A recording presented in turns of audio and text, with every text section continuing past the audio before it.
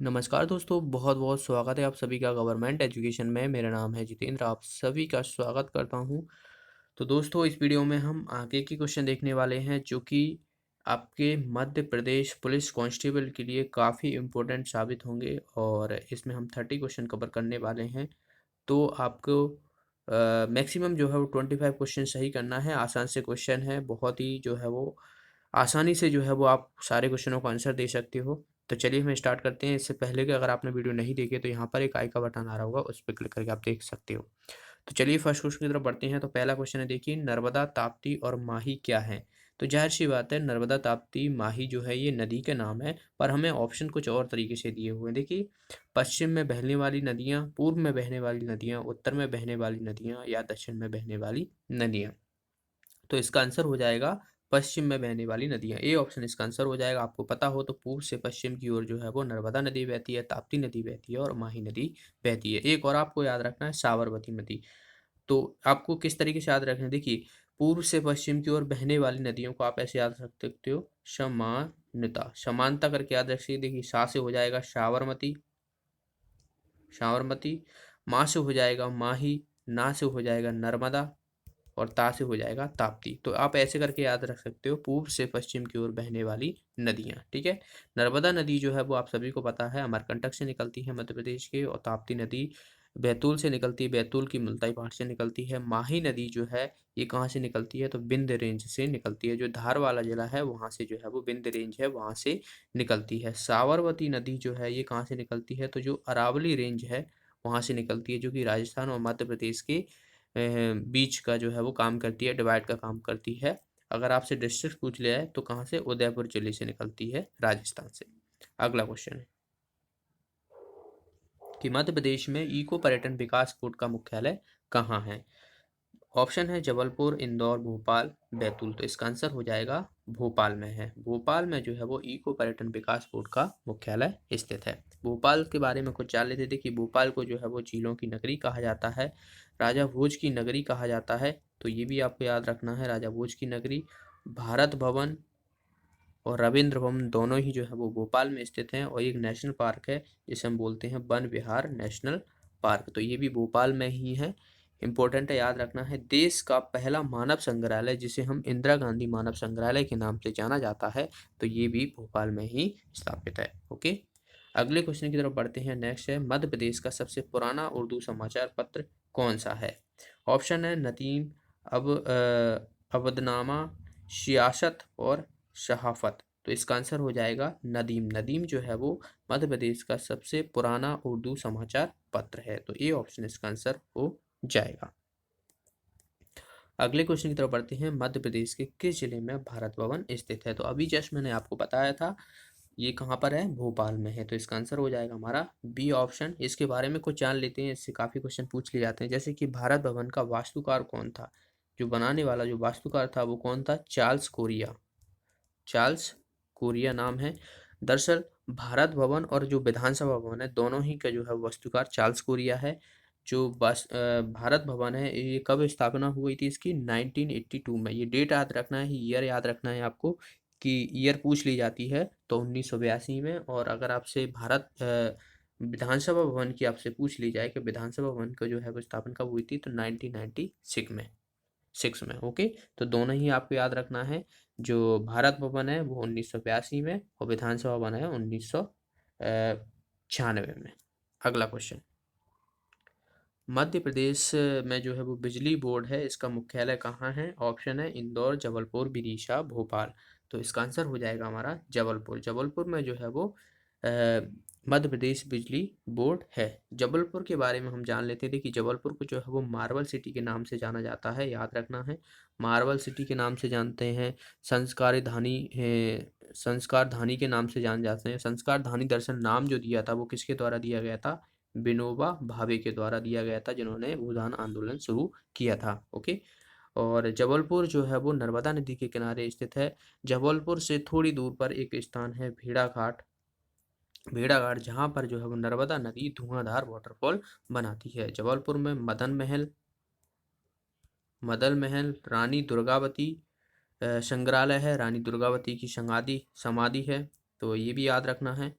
और बात की जाए तो जो नगर निगम है मध्य प्रदेश में पहला नगर निगम जो वाला जिला है जहाँ पर स्थापित किया गया था 1864 में, तो ये कहाँ पर जबलपुर में ही किया गया था। उच्चतम न्यायालय है उच्च न्यायालय जो कि मध्य प्रदेश की पहली पीठ है। और ये भी आपको याद रखना है। बरगी बांध पूछ लिया जाता है ये कहाँ पर है, तो ये भी जबलपुर में ही स्थित है।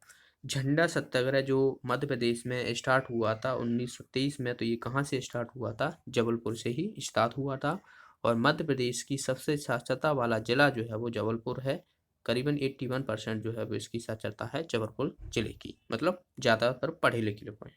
अगला क्वेश्चन है, भारत के सबसे गहरा बंदरगाह कौन सा है, गहरा डीपेस्ट। ओके, ऑप्शन है यहाँ पर कृष्णपट्टनम, चेन्नई, तूतीकोरिन और एंडोर। तो इसका आंसर हो जाएगा कृष्णपट्टनम। कृष्णपट्टनम जो है ये आंध्र प्रदेश में है और ये भारत का सबसे गहरा जो है वो बंदरगाह है। सबसे बड़ा आपसे पूछ लिया है कि सबसे बड़ा कौन सा है, तो सबसे बड़ा जो है वो मुंबई पोर्ट है। ओके, मुंबई पोर्ट है। प्राकृतिक बंदरगाह पूछ लिया है जो प्राकृतिक होते हैं, तो वो कौन सा है, विशाखापट्टनम है। ठीक है, और ज्वारी ये पूछ लिया है कि ज्वारी बंदरगाह कौन सा है, तो वो है कांडला जो कि गुजरात में है। तो ये सभी आपको याद रखना है। अगले क्वेश्चन की तरफ बढ़ते हैं, कोलकाता कौन सी नदी के किनारे स्थित है। तो बहुत सारे ऐसे शहर है जिनसे जो है वो पूछ लिया जाता है, जैसे कि दिल्ली किस नदी के किनारे है, आगरा जो है वो किस नदी के किनारे है। तो देखिए यहाँ पर कोलकाता दरअसल जो है वो कौन सी नदी के किनारे है, कोलकाता जो है वो हुगली नदी के किनारे है। तो इसका आंसर तो हो जाएगा बी ऑप्शन, इम्पोर्टेंट है। ओके, आपसे देखिए अगर आपसे महानदी पूछ लिया है तो कटक है जो उड़ीसा में है, जाहिर सी बात है महानदी वहीं पे बहती है। और वाराणसी हुआ तो ये कौन सी गंगा नदी के किनारे स्थित है। दिल्ली आपसे पूछ लिया है तो दिल्ली जो है वो यमुना नदी के किनारे है। आगरा तो ये भी यमुना नदी के किनारे है। हैदराबाद पूछ लिया जाए, हैदराबाद तो ये कहाँ पर है, मूसी नदी के किनारे स्थित है। नासिक जहाँ पर कुंभ का मेला लगता है, ये कौन सी, नासिक जो है वो गोदावरी नदी के किनारे है, गोदावरी नदी के किनारे स्थित है। ठीक है, और कोटा आपसे पूछ लिया है, राजस्थान कोटा जो कि चंबल नदी के किनारे स्थित है। तो ये सभी आपको याद रखना है। अगले क्वेश्चन की तरफ बढ़ते हैं। नेक्स्ट है यहाँ पर मंडी परियोजना भारत के कौन से राज्य में है। ऑप्शन है हिमाचल प्रदेश, पंजाब, मध्य प्रदेश, मेघालय। तो मंडी परियोजना दरअसल जो है ये है ब्यास नदी पर, और ब्यास नदी जो है ये हिमाचल प्रदेश में है। तो इसका आंसर हो जाएगा हमारा ए ऑप्शन। अगले क्वेश्चन की तरफ बढ़ते हैं, टहरी बांध कौन सी नदी पर है। टहरी बांध ये है दोस्तों, देखिए ऑप्शन दिए हुए हैं भागीरथी, नर्मदा, माही, चेनाब। तो इसका आंसर हो जाएगा भागीरथी नदी पर है टहरी बांध। और कहाँ पर ये, उत्तराखंड में है। सबसे ऊंचा है, सबसे ऊंचा बांध है, याद रखना है। देखिए तीन आपको मैं बांध बता दूं। देखिए सबसे ऊंचा तो हो गया टहरी बांध।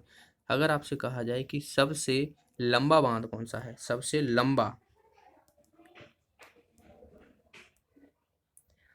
लंबा जो है वो कौन सा है, हीराकुंड। हीराकुंड जो कि महानदी पर है और कहाँ पर है, उड़ीसा में। ठीक है, और सबसे आपसे देखिए सबसे, ये तो हो गया सबसे भागीरथी नदी पर जो है वो सबसे ऊंचा है।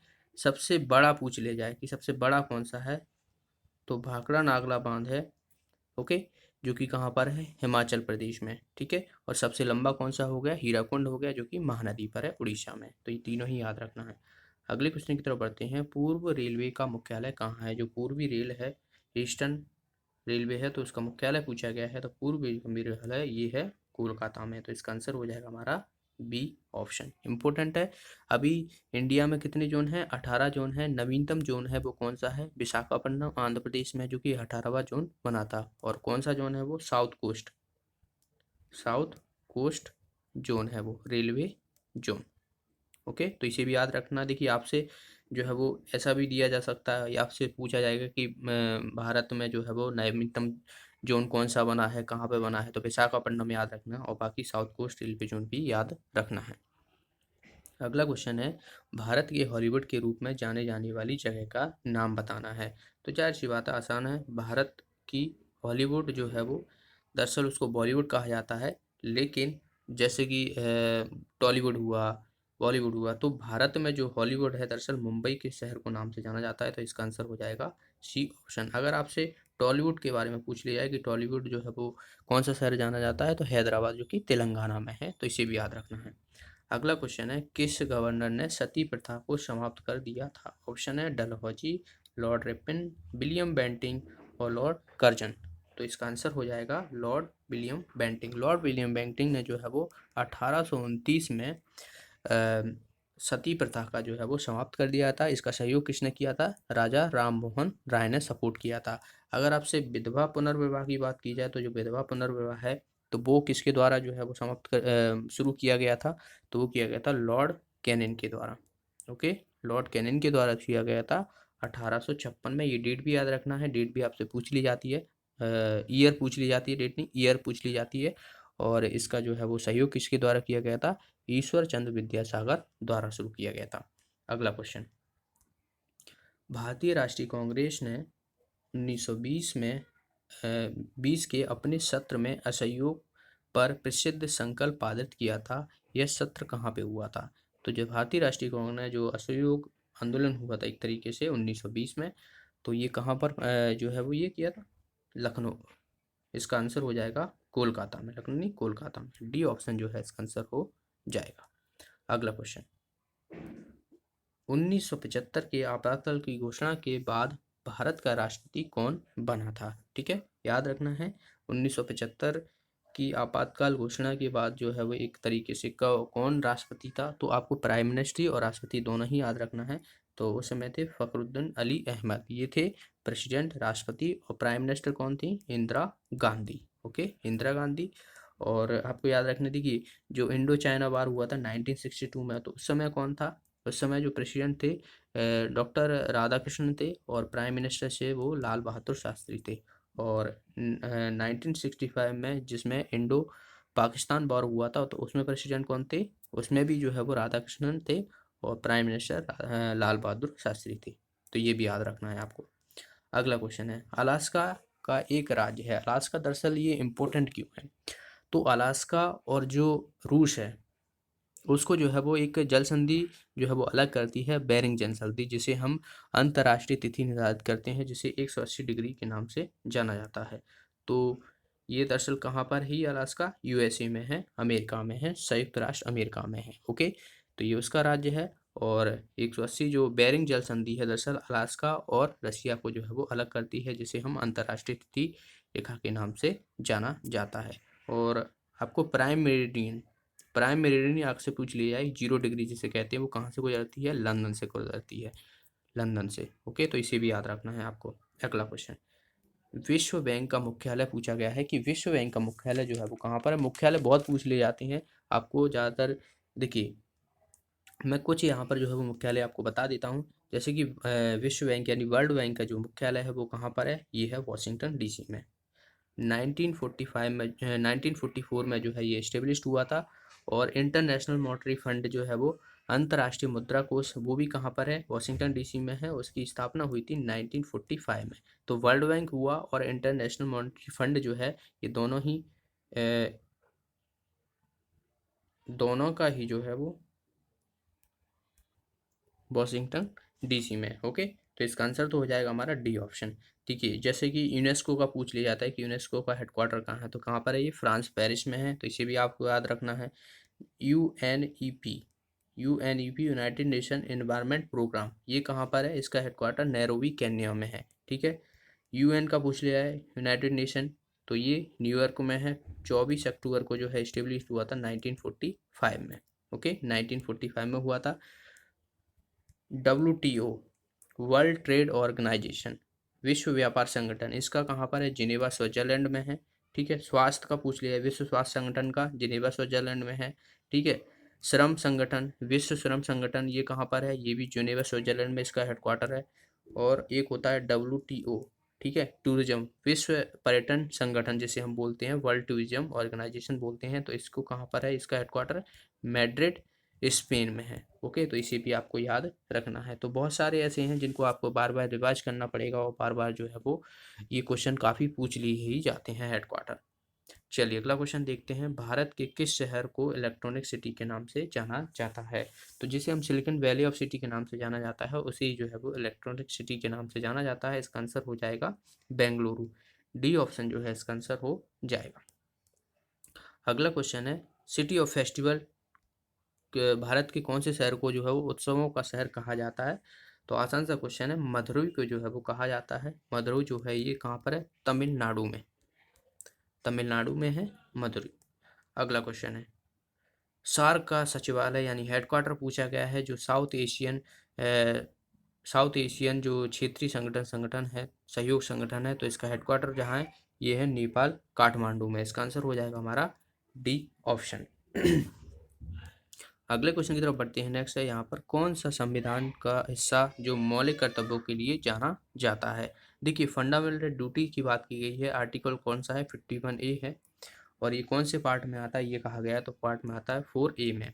देखिए 4 जो है भाग 4 में दरअसल जो है वो क्या आता है? DPSP आता है, नीति निर्देशक तत्व आते हैं, जिसे हम डायरेक्टर प्रिंसिपल स्टेट पॉलिसी कहते हैं, तो वो 4B में आते हैं। और जो फंडामेंटल ड्यूटीज है 4A में आते हैं, जो आर्टिकल कौन सा है हमारा? 51A। तो आर्टिकल भी आपको याद रखना है, जो फंडामेंटल ड्यूटीज को आर्टिकल 51A में आता है। ठीक है। फंडामेंटल राइट्स जो है वो कौन से? तीसरे पार्ट में आते हैं, 12 से लेकर 35 तक होते हैं, तो ये भी आपको याद रखना है।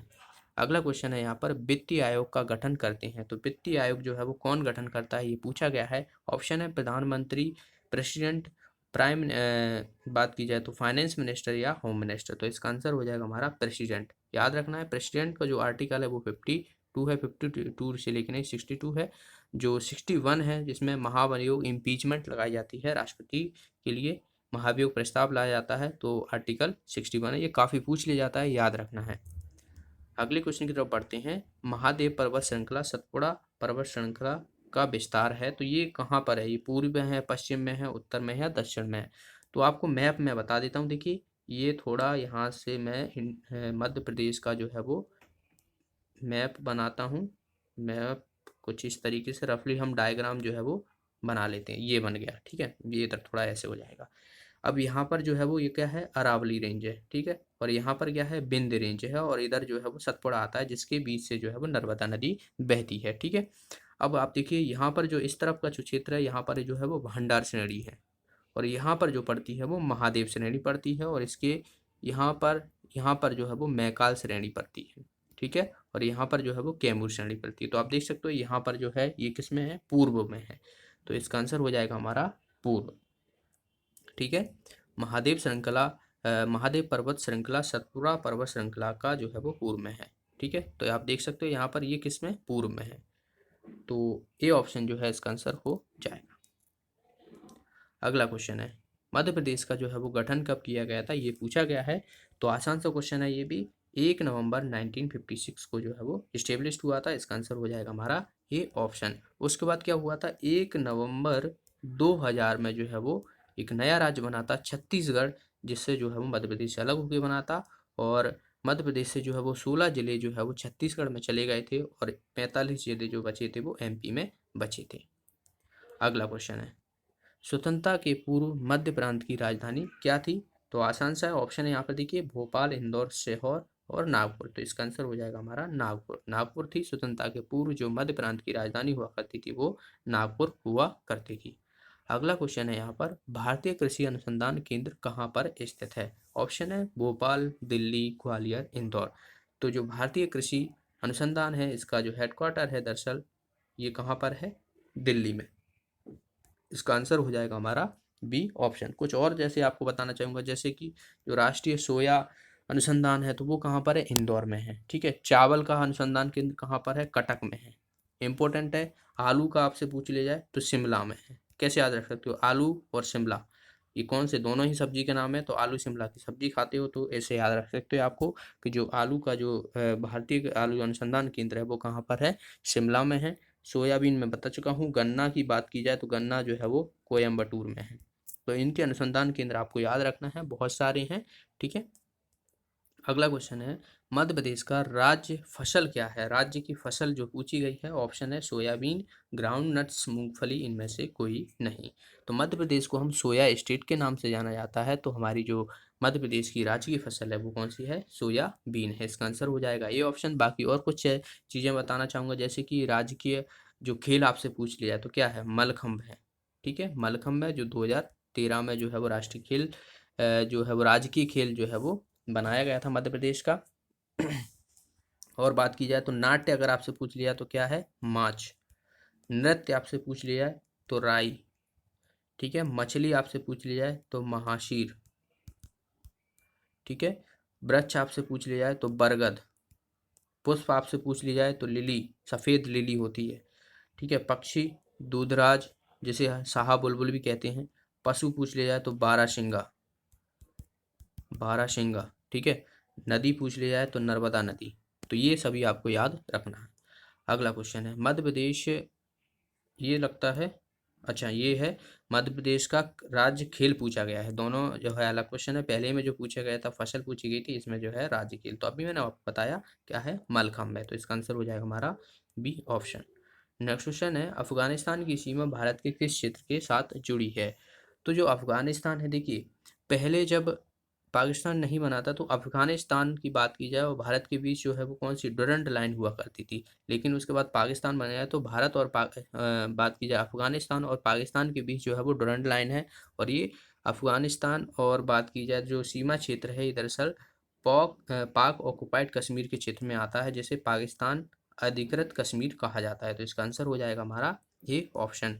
देखिए बाउंड्री लाइन आपको बताना चाहूँगा कि सबसे बड़ी जो बाउंड्री टच करती है भारत की कौन से, बांग्लादेश से करती है।